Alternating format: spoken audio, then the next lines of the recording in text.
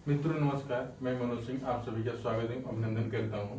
हाँ, इसके पहले हम लोग जैसे देख रहे थे कब आपको प्रतीक अलंकार और उत्प्रेक्षा अलंकार, कल की क्लास में हमने उत्प्रेक्षा और प्रतीक अलंकार को देखा है। आज नया अगला है आपका अतिशयोक्ति अलंकार। अगर हम देखें अतिशयोक्ति अलंकार एक है और दूसरा हम देखें अत्युक्त हो जाएगा। हाँ, दूसरा कौन सा हो जाएगा? दूसरा आपका अत्युक्त अलंकार हो जाएगा। यहां पर देखिए, दूसरा अत्युक्त और तीसरा हो जाता है अन्योक्ति।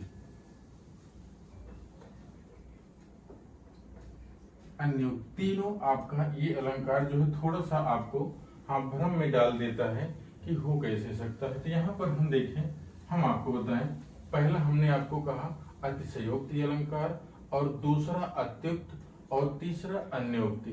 यहाँ पर अगर हम तीनों एक साथ समझने का प्रयास करें तो अतिशयोक्ति वही होता है जहां किसी बात को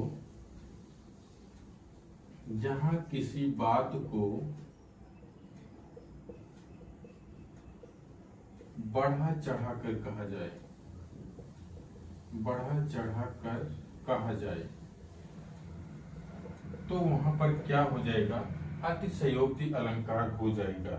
यहाँ पहले में अगर हम कहें जहां किसी बात को बढ़ा चढ़ा कर कहा जाए तो वहां पर अतिशयोक्ति अलंकार हो जाएगा। अभी हम इसके अंदर विस्तृत पढ़ेंगे, लेकिन तो तीनों ये भ्रम वाले हैं, यहाँ हम देख लेते हैं। उसके बाद अगर हम दूसरे नंबर पर आए तो यहाँ भी बात को बढ़ा चढ़ा कर बताया जाता है।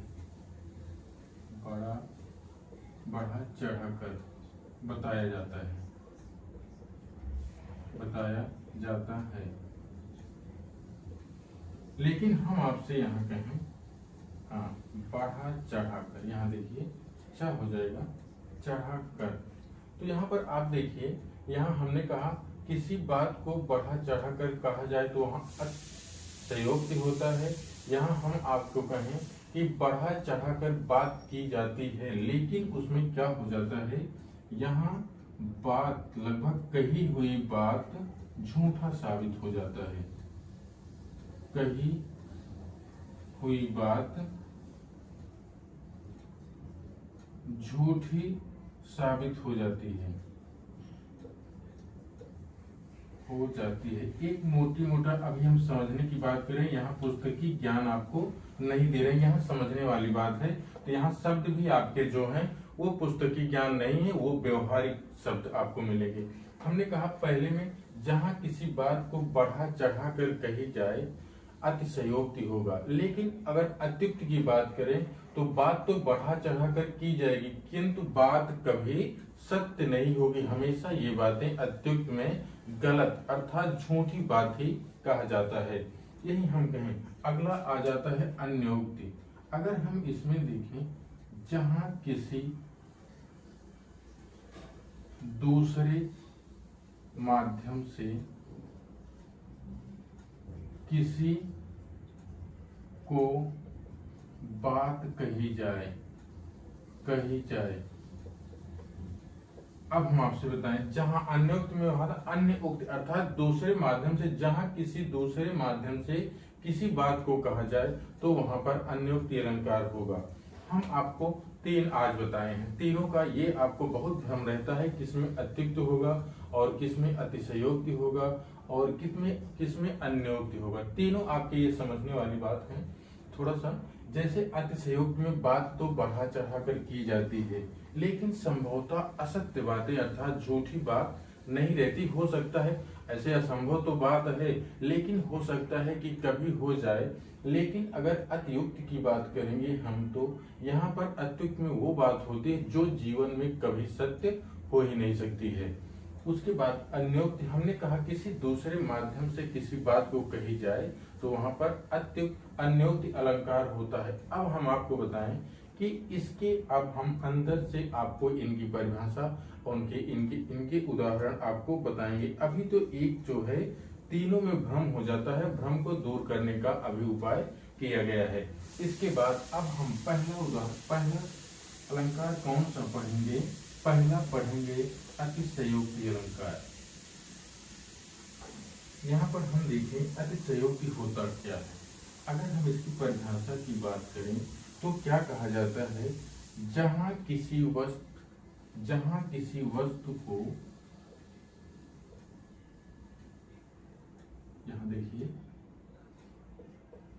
जहाँ किसी वस्तु को बढ़ा चढ़ाकर, जहाँ किसी बात को बढ़ा चढ़ाकर वर्णन किया जाए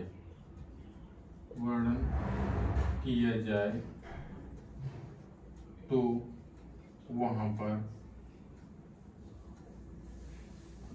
पर अतिशयोक्ति अलंकार होता है। अतिशयोक्ति अलंकार होता है।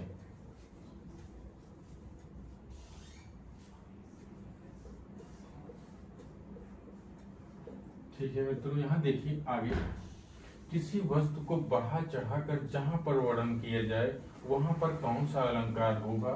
तो वहां पर अतिशयोक्ति अलंकार होगा। अगर आपसे हम कहें अतिशयोक्ति के कितने भेद होते हैं तो आप हमको बताएंगे अतिशयोक्ति के 6 भेद होते हैं। अतिशयोक्ति के 6 भेद होते हैं। आपको सिर्फ इतना ही जानना है कि 6 भेद होते हैं। अभी आज तक इतनी गहराई में नहीं पूछा गया है कि अतिशयोक्ति के कौन सा भेद है, तो आप इतना ही जानते रहे। मान लीजिए कभी परीक्षा में पूछ लिया कि अतिशयोक्ति के कितने भाग होते हैं, तो भेद होते हैं, तो आप बताएंगे 6 भेद होते हैं। ठीक, अब यहाँ पर हम उदाहरण देखते हैं। अतिशयोक्ति के उदाहरण देखते हैं। उदाहरण की अगर हम बात करें तो सबसे पहला उदाहरण आपका हो जाएगा, इतना रोया। हाँ, अगला है, इसका उदाहरण है, इतना रोया था मैं उस दिन। रोया था मैं उस दिन। इतना रोया था मैं उस दिन, ताल तलैया सब भर डाले। यहाँ पर देखिए, ताल तलैया सब भर डाले।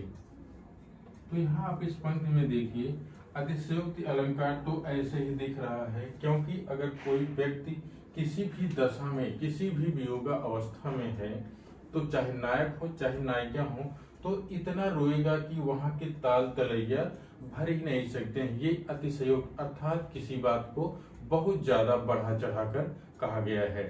तो यहाँ पर हम देखें, इतना रोया था उस दिन मैं, उतना रोया था मैं उस दिन, ताल तलैया सब भर डाले। ये तो असंभव बात है, क्योंकि रोने से ताल तलैया तो कोई नहीं भर सकता है। ये तो वर्षा होगी, इंद्र भगवान ही जब चाहें तब ताल तलैया भर सकते हैं। ताल तलैया हमारे आपके बस में नहीं है, कितना भी वियोगावस्था में रहेंगे नहीं भर पाएंगे। तो पहली उदाहरण हो गया। अब हम देखते हैं अगला उदाहरण। अगला इतना देख लीजिए, उसके बाद आगे आप बढ़ें। फिर से एक बार देख लीजिए, इसको लिख लीजिए या स्क्रीनशॉट ले लीजिए, आपकी समझ में जैसे आए वैसे कर लीजिए। ठीक, अगला उदाहरण हम देखते हैं अतिशयोक्ति अलंकार की। ठीक, आपको ज्यादा उदाहरण इसलिए बता दिया जाता है क्योंकि आपकी परीक्षा में अगर देखा जाए तो यही पूछा जाता है कौन सा होगा। अगला दूसरा उदाहरण अगर हम देखें तो कौन सा हो जाएगा, देख लो साकेत नगरी। देख लो साकेत नगरी। साकेत नगरी, देख लो साकेत नगरी है यही, है यही। अगर इसमें हम देखें तो अगली पंक्ति हो जाएगी, स्वर्ग से मिलने जा रही है। स्वर्ग से मिलने जा रही है, मिलने जा रही है। अगर यहाँ देखें हम, देख लो साकेत नगरी है यही, स्वर्ग से मिलने जा रही है। तो यहाँ पर अतिशयोक्त पूर्ण बात है, क्या कहा जा रहा है कि साकेत नगरी है जो स्वर्ग से मिलने जा रही है। ऐसा तो संभव है नहीं कि साकेत नगरी जो है स्वर्ग से मिलने जाए। ठीक, उसके बाद अगला तीसरा उदाहरण हम देखते हैं। तीसरा उदाहरण क्या हो जाएगा? तीसरा उदाहरण है नित्य प्रति पुण्यो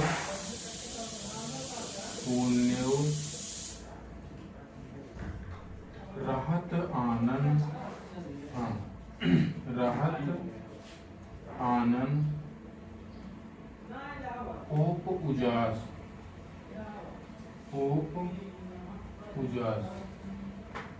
यहाँ पर आप देखिए, यहाँ पर कहा जाए नित्य प्रति पुण्य और राहत आनंद ओप उजास।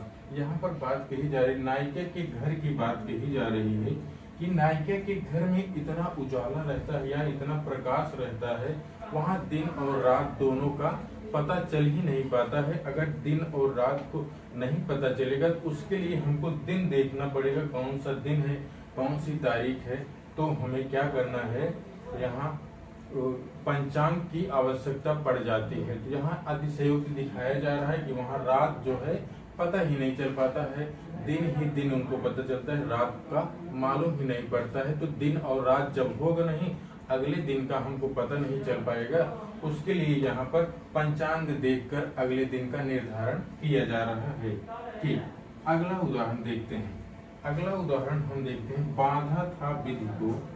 अगला उदाहरण, बाधा था विधु को किसने इन काली जंजीरों से, किसने इन काली जंजीरों से। यहाँ पर देखिए पहला पंक्ति, बांधा था विधि को किसने इन काली जंजीरों से, मणि वाले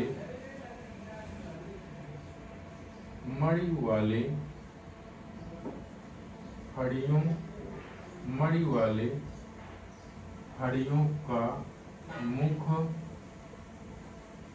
भरा हुआ है हीरों से, भरा हुआ है हीरों से।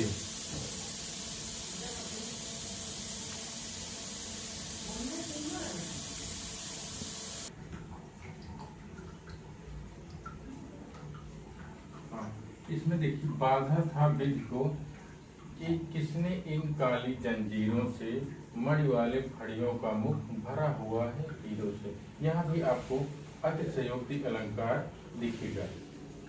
ठीक, अब अगला देखते हैं। अगला हम देखते हैं उदाहरण, यहाँ पर इसको देख लीजिए। अगला देखते हैं, अगला उदाहरण अतिशयोक्ति अलंकार का ही दूसरा उदाहरण देखते हैं। वह सर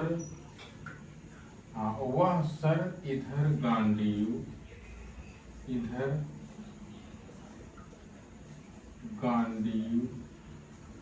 वह सर इधर गांडीव गुण से भिन्न जैसे ही हुआ,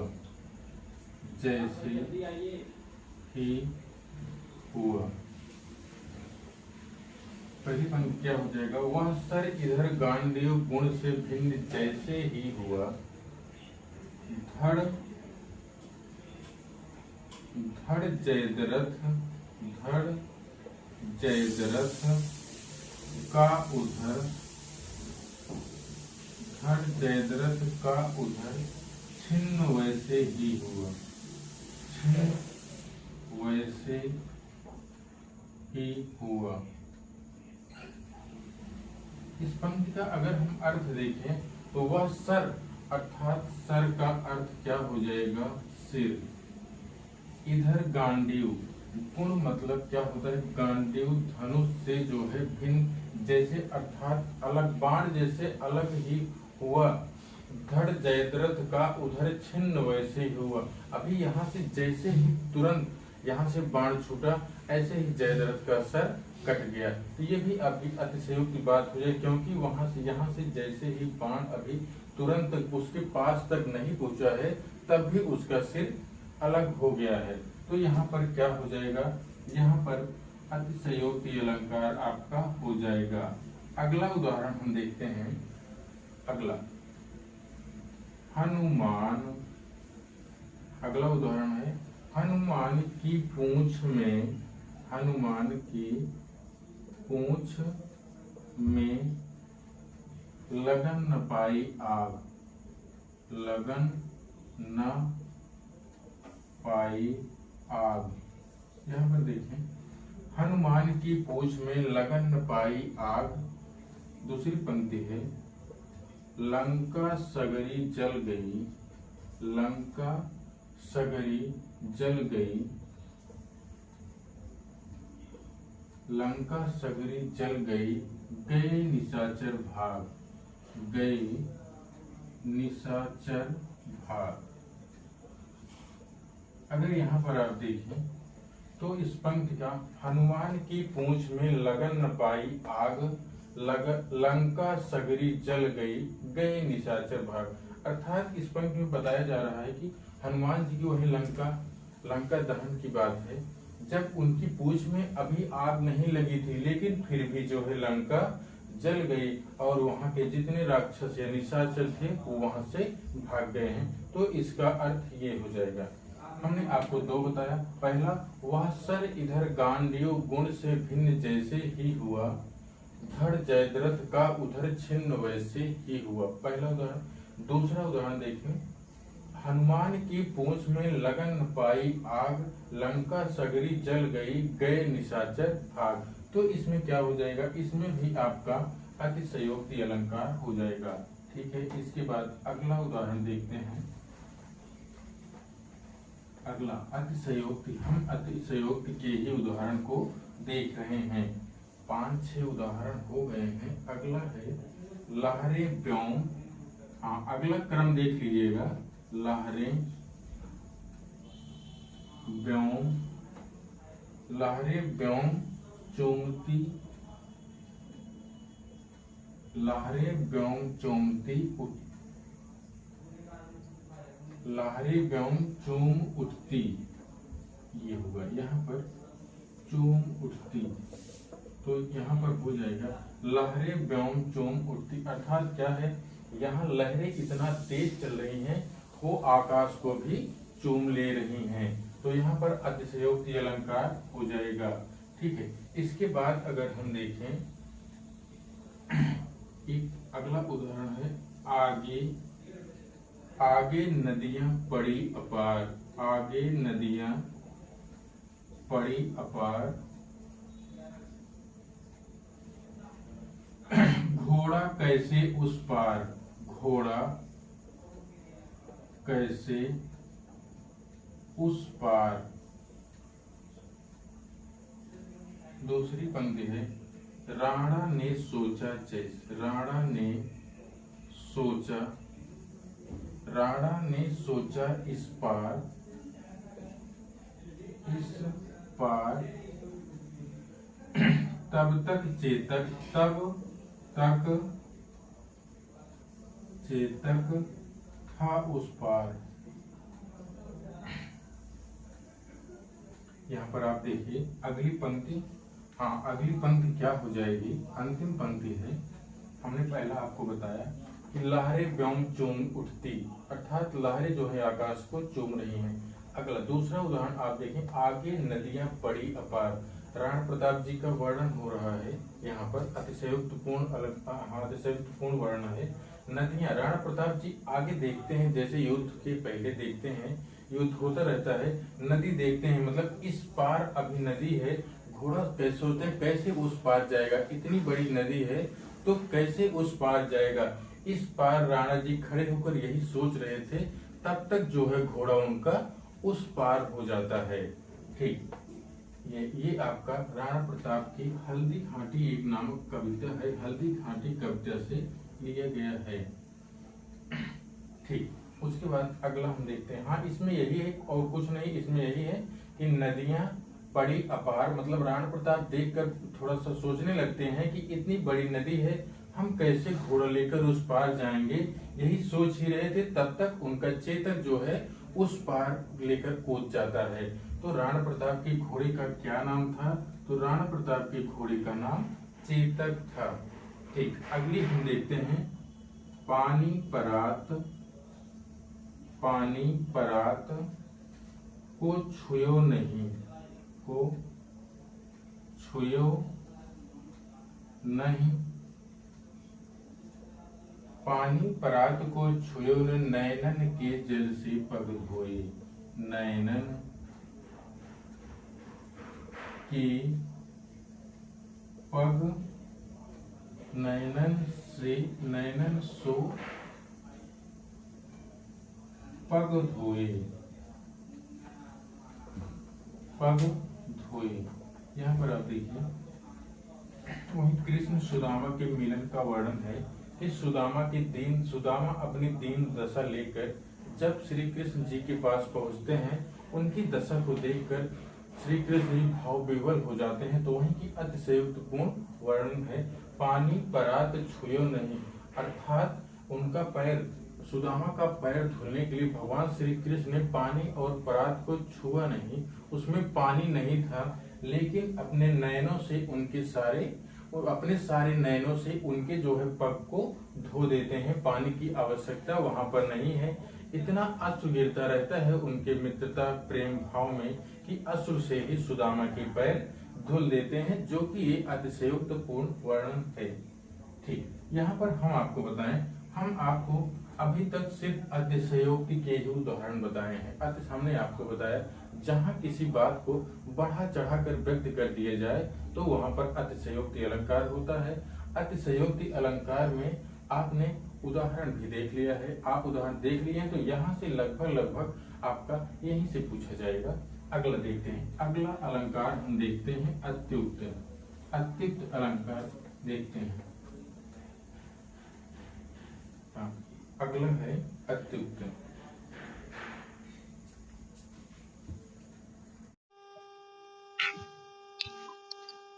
हाँ, आइए मित्रों, इसके बाद हम देखते हैं, अभी इसके पहले कौन सा अलंकार बताया है?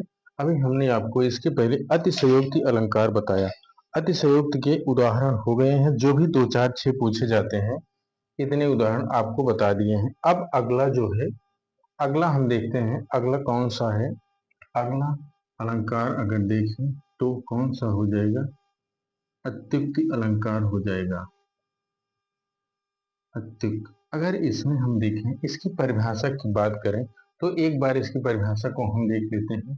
जहां किसी बात को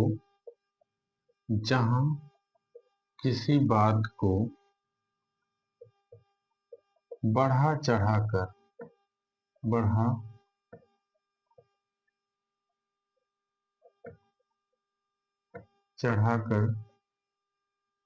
कही जाए, जहां किसी बात को बढ़ा चढ़ाकर किया जाए, वर्णन किया जाए, लेकिन उसका वर्णन, अर्थात उस पंक्ति का वर्णन झूठा प्रतीत हो,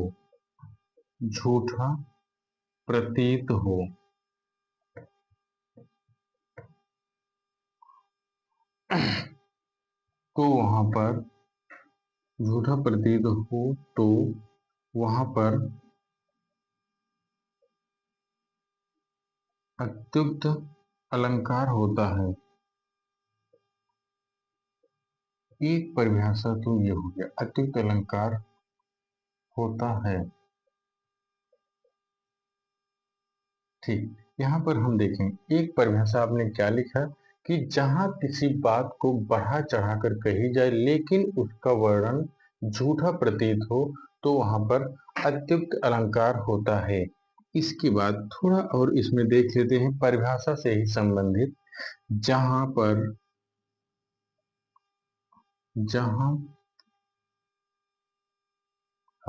पर आप देखेंगे, हमने आपको बताया कि जहां सुंदरता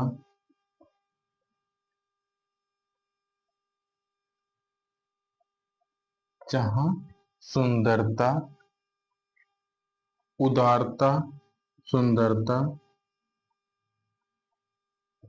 उदारता और वीरता आदि, हमने आपको बताया जहां सुंदरता, उदारता, वीरता आदि के गुणों का, आदि के गुणों का अतिशय वर्णन किया जाए, वर्णन किया जाए तो वहां पर, तो वहां पर अत्युक्ति अलंकार होता है।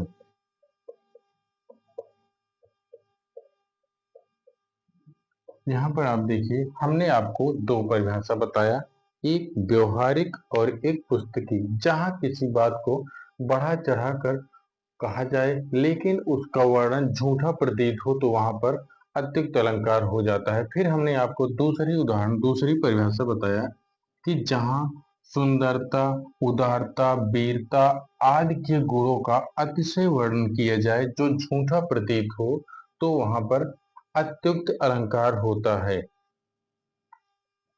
हाँ, यहाँ वास्तविकता से कोई लेना देना नहीं होता है। ये इन अत्युक्त के उदाहरण कभी सत्य हो ही नहीं सकते, वास्तविक बात हो ही नहीं सकती है। तो यहाँ पर हम अगला इसका उदाहरण, अब आप परिभाषा लिख लीजिए, इसके बाद जो है हम इसका उदाहरण देखते हैं। अब अत्युक्त अलंकार के उदाहरण जो आपको अब हम बताएंगे, दो चार उदाहरण हैं, यहाँ पर देखिए। अत्युक्त, इसमें अगर हम देखें तो उदाहरण की बात करें, उदाहरण में देखें अगर तो सबसे पहले एक कौन आ जाता है, एक लक्ष्मण संवाद है, परशुराम लक्ष्मण संवाद है।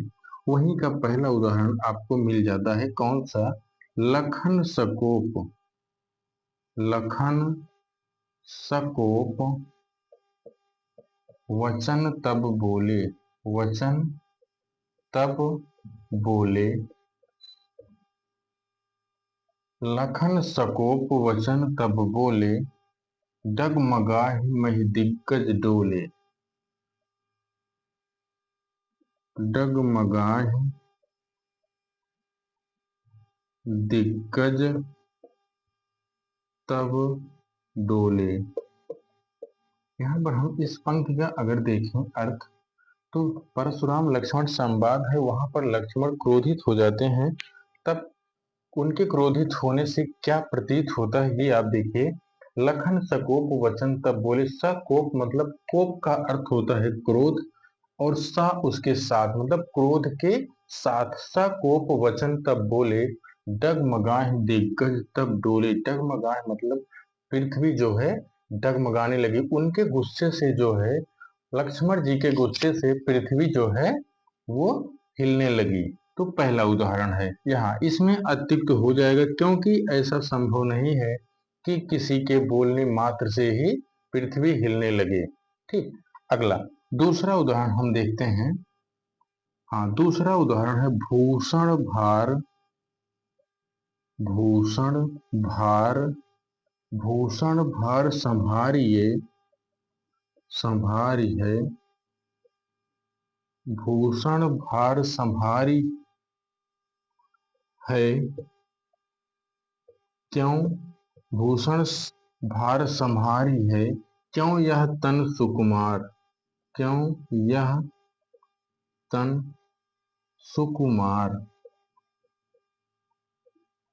अगली पंक्ति है, दूसरी पंक्ति है सूधे पाए, अगली दूसरी पंक्ति है सूधे पाए, सूधे पाए न धरत न परत धर, सूधे पाए न परत धर, शोभा के भार, शोभा के भार।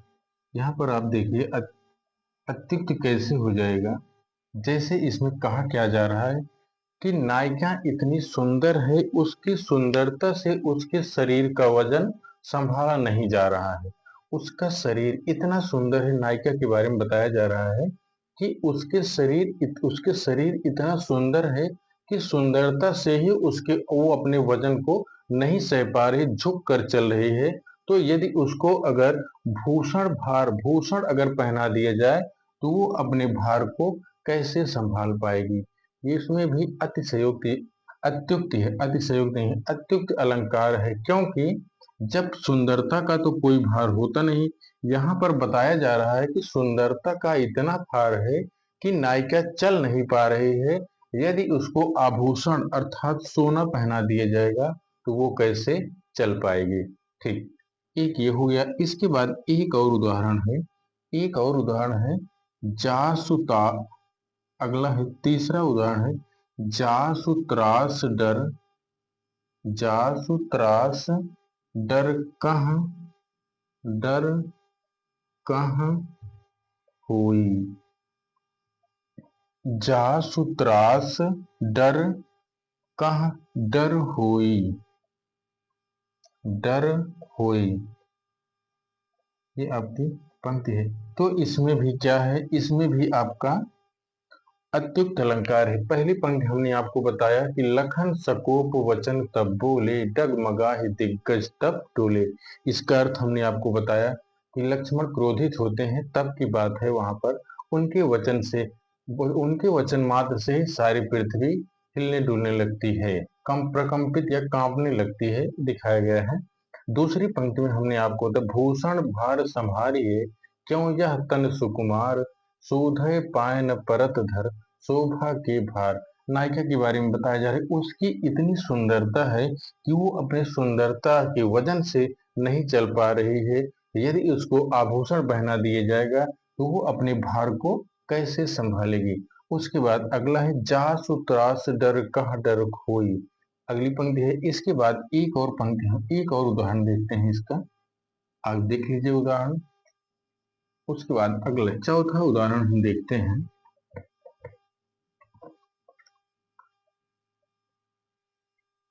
चौथा नंबर 4 का उदाहरण हम देखते हैं। गोपिन के असुवन के नीर। हाँ, आपको बताना है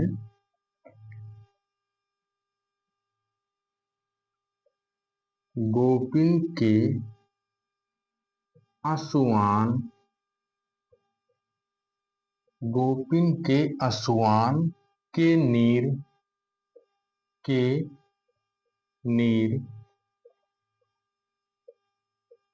नीर पनारे भय, बही के पुनि तारे, बही के पुनि तारे। पहली पंक्ति हो गई पुनि नारे, यहाँ पर हो जाएगा पुनि नारे। दूसरी पंक्ति अगर हम देखें नारे भय, दूसरी पंक्ति हो जाएगा नारे भय नदियां बह के, नारे भय नदियां बह के। हाँ, नारे भय नदियां बह के, नदियां, नारे भय नदियां बह के। उसके बाद नदियां हवै गए कटिनारे, नदियां हवै गए कटिनारे। यहाँ पर देखिए गोपियों की, यहाँ नायक गोपियों के बारे में बताया जा रहा है कि कृष्ण के विरह में कैसे हैं। यहाँ पर देखिए उनके बारे में, जब कृष्ण चले जाते हैं, उद्धव जब गोपियों को समझाने के लिए जाते हैं, उनकी व्यथा को देखते हैं, कैसे उनकी गोपियों की व्यथा है। तो गोपिन के असुआन से अर्थात गोपियों के आंसुओं से नीर पनारे भये पुनि नारे, मतलब नारे जो है वहां पर नदी नारे भर गए हैं, नदियां बह के, और नदी नारे बह गए हैं। इतना ज्यादा पानी बह रहा है कि नदियों के किनारे जो है वो मिट्टी काट दे रहा है। अर्थात जैसे आप देखते हैं जब नदी में बाढ़ आती है, ज्यादा आती है, तो किनारा हवा के बेग, उसके जल के बेग से जो है वो किनारा कट जाता है। उसी तरीके से इस पंक्ति में बताया जा रहा है कि इतनी धारा इतनी तेज है असुवन की कि नदी के किनारे जो है वो कर जा रहे हैं। तो मित्रों, हम लोग जो है अभी कौन सा अलंकार देखे? अभी हमने अत्युक्त देखा। हमने आपको बताया कि जहां पर जिस अलंकार में किसी बात को बढ़ा चढ़ा कर कहा जाए लेकिन वो बात लगभग लगभग सही ना हो, तो वहां पर क्या हो जाएगा? वहां पर अत्युक्त अलंकार हो जाएगा। इसके बाद एक उदाहरण हमने आपको बताया था, आज 3 देखेंगे। तो आज जो है 3 हम देखेंगे। कौन कौन सा? हमने आपको अतिशयोक्ति बताया और अत्युक्त बताया, और अंतिम अगला तीसरा आपका क्या हो जाएगा? तीसरा हो जाएगा अन्योक्ति। अन्योक्ति अलंकार। इसकी हम परिभाषा की बात करें तो क्या होता है? जहां प्रस्तुत के वर्णन द्वारा ही, जहां प्रस्तुत के वर्णन के द्वारा, जहां प्रस्तुत के वर्णन के द्वारा ही, जहां अप्रस्तुत के द्वारा, जहां अप्रस्तुत के द्वारा ही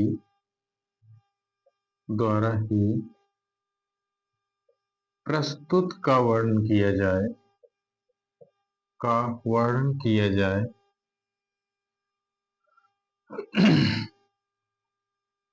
किया जाए, अर्थात यहां पर देखेंगे, अर्थात किसी कोई बात, अर्थात किसी को कोई बात, किसी को कोई बात कही जाए, कही जाए, किंतु संकेत दूसरे किंतु संकेत दूसरे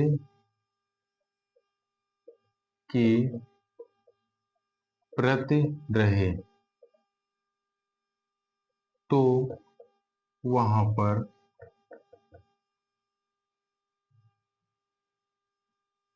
अन्योक्ति अलंकार होता है। अन्योक्ति अलंकार होता है। अब हम देखते हैं क्या अभी हम लिखे हैं, हम आपसे बताएं। जहां, अब आपको अन्योक्ति अलंकार की परिभाषा देखना है। जहां अप्रस्तुत के द्वारा प्रस्तुत का बोध हो, अर्थात किसी बात को कही जाए किंतु संकेत दूसरे के प्रति, अर्थात दूसरे माध्यम से किसी बात को कहा जाए, तो क्या होगा? वहां पर आपका अन्योक्ति, अन्य उक्त के माध्यम से बात कही जाती है। यहाँ पर अगर हम अन्य उक्त की बात करें तो अन्य प्लस उक्ति से बना हुआ है, अर्थात दूसरे के द्वारा बात कही जाए। कहें हम उसी को, आपको ही बात कहें लेकिन किसी दूसरे माध्यम से घुमा कर कहें, तो वहां पर अन्योक्ति अलंकार हो जाता है। तो अन्योक्ति अलंकार की अगर हम पहले उदाहरण की बात करें तो बिहारी जी की पंक्ति है सबसे पहले। यहाँ पर नहीं पराग, नहीं पराग, नहीं मधुर मधु, नहीं पराग नहीं मधुर मधु, नहीं विकास यही काल, नहीं विकास यही काल, अली कली सो बंध्यो, अली कली ही सो बंध्यो, आगे कौन हवाल, आगे कौन हवाल।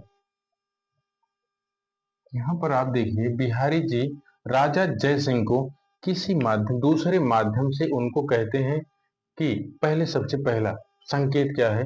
यहाँ पर जिस तरीके से पराग पुष्प की बात कही जा रही है, भ्रमर के बारे में, कि अभी तो पुष्प खिला भी नहीं है, अभी से बहुत थोड़ा सा उसमें पराग लगा हुआ है, तो भ्रमर आकर उस रस चूसने के लिए उसके पास अभी से आके बैठ गया है, छोड़कर नहीं जा रहा है, वहीं पर बैठा है।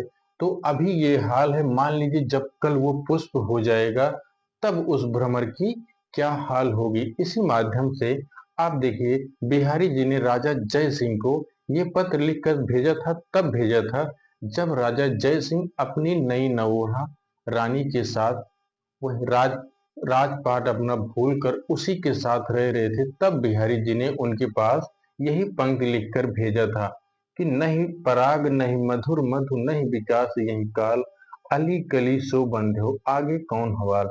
यहाँ हमने आपको पुष्प का माध्यम बताया, संकेत पुष्प है, लेकिन राजा के बारे में कहा जा रहा है कि नायिका की उम्र अभी कम थी।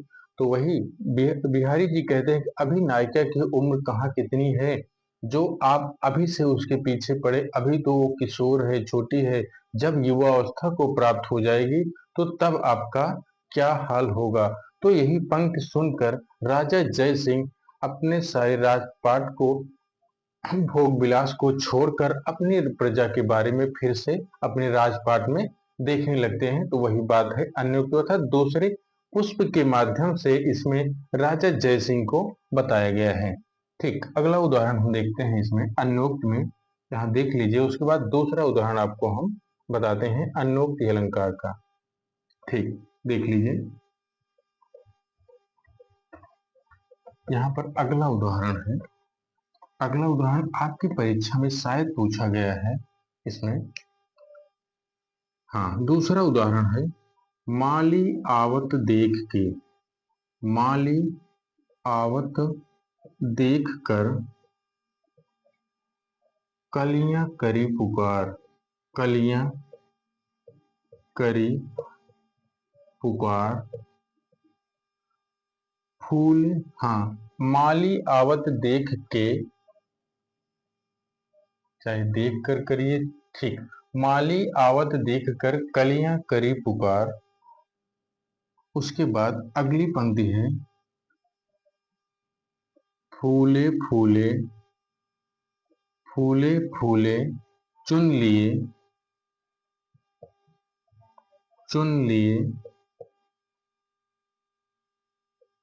काल हमारी बार, काल हमारी बार। अगर इसको हम देखें पंक्ति अगर किसकी होगी तो कबीर दास जी की पंक्ति है। कबीर दास जी ने बताया है, कबीर दास जी, पंक्ति कबीर दास जी की है। ये पुष्प कहता है, एक माली पुष्प है, जो माली आ रहा है पुष्प वाटिका की तरफ, तो माली आवत देख कर कलियां करे पुकार। माली को आते हुए देखकर कलियां क्या पुकार रही हैं, कलियां कह रही हैं कि फूले फूले, अर्थात जो आज कली है वो नहीं तोड़ा जाएगा, और जो पुष्प फूल गया है, पूरा पूरा खिल गया है, तो आप पुष्प खिल गया है तो उसको चुन लेंगे, और कल जो है आज कली है, कल वो पुष्प बन जाएगा, तो कल उसका नंबर आएगा। इसी आधार पर इसी पंक्ति के माध्यम से कबीर दास जी ने बताया है कि जो भी जिसका जन्म हुआ है, सीधे सीधे हमको यही जानना है कि जो जिसका जन्म हुआ है उसका मरण 100%, इसमें कोई संदेह नहीं है। जो आया है वो जाएगा, लेकिन बात इसमें यही कही गई है कि आज जैसे वृद्धा अवस्था में सभी लोगों की मृत्यु लगभग लगभग, दुर्भाग्यपूर्ण अगर बात है तो दूसरी बात है, नहीं तो एक उम्र के बाद ही मृत्यु होती है। तो इसमें वृद्धा अवस्था और युवा अवस्था के बारे में बताया गया है कि युवा अवस्था है आज है, लेकिन कल वृद्धा अवस्था आएगी, और कल जो जैसे वृद्ध लोग की मृत्यु हो जाती है, तो हमको ये समझना चाहिए कि आज उनका है तो कल हमारा नंबर आएगा। इसी माध्यम से यहाँ इस पंक्ति में बताया गया है कि जिस तरीके से पुष्प की कलियां आज नहीं, आज पुष्प जो है कली है तो उसको माली ने नहीं तोड़ा है, लेकिन कल जब ये पुष्प बन जाएगा तब माली आकर इसको तोड़ लेगा। इसी पंक्ति के माध्यम से कबीर दास जी ने युवा अवस्था और वृद्धावस्था को बताया है। ठीक, अगली पंक्ति है, अगली पंक्ति एक उदाहरण और है, देख लीजिए, स्वार्थ सुकृत, स्वार्थ सुकृत, स्वार्थ सुकृत ना श्रम वृथा, श्रम वृथा देख विहंग विचार, देख विहंग विचार। बाज पराए, इसमें देखें अगला बाज पराए पानी पर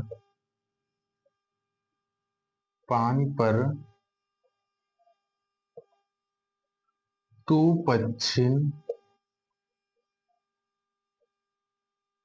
पच्छिन न मार। यहाँ पर देखें ये भी बिहारी जी की ही पंक्ति है। यहाँ पर देखें, स्वार्थ सुकृत न श्रम वृथा देख विहंग विचार, बाजे पराए पान पर तू पच्छिन न मार। यहाँ पक्षियों के न मारने के बारे में बताया गया है। तो आज हम अन्योक्ति अलंकार पढ़े हैं। आज हम 3 अलंकार पढ़े हैं, एक अतिशयोक्ति और दूसरा अत्युक्त और तीसरा अन्योक्ति। 3 अलंकार आज पढ़े हैं। ठीक, धीरे धीरे अब हम लोग ये आपको हम बताएं, जो पहले के अलंकार है, चाहे अनुप्रास है, उपमा है, यमक है, रूपक है, श्लेष है, यहाँ सबके आपको पंक्तियों को ज्यादा, लेकिन इधर अन्योक्ति अन्योक्ति या इसके बाद जो है अतिशयोक्ति, इन सब के उदाहरण तो पूछे जाते। इसके बाद अब हम जो आपको बताएंगे थोड़े गौड़ उदाहरण हैं, उनकी परिभाषा आप जरूर याद रखिए। जैसे विश्वास करिए कि दृष्टांत अलंकार की परिभाषा कम से कम आपके टीजीटी पीजीटी में 3 बार पूछा गया है कि 2 वाक्यों के बीच में जहां बिंब और प्रतिबिंब का भाव दिखे तो कौन सा अलंकार होगा, वहां पर दृष्टांत अलंकार होगा। तो इसके बाद अगली क्लास में हम दृष्टांत अलंकार और उल्लेख अलंकार को पढ़ेंगे। तब तक के लिए आप देखते रहिए ऐसे ही। मित्रों, आप लोगों का बहुत बहुत आभार। आप लोग हमारी क्लास को देख रहे हैं और अच्छा लग रहा है, लाइक भी कर रहे हैं। हाँ, देखते रहिए, लाइक भी करते रहिए। अगर आपके सगे संबंधी कोई नहीं जान रहे हैं तो उनको जरूर शेयर करिए, शेयर करके उनको जरूर बताइए। यहाँ से आपके कुछ न कुछ फायदे की बात जरूर की जाएगी। जो भी होगा जरूर यहाँ से प्रश्न जरूर आपको मिलेगा परीक्षाओं में। ठीक है मित्रों, बस इतना ही। आप लोगों का बहुत बहुत धन्यवाद सहयोग देने के लिए। अगली क्लास में फिर मिलेंगे, तब तक के लिए नमस्कार।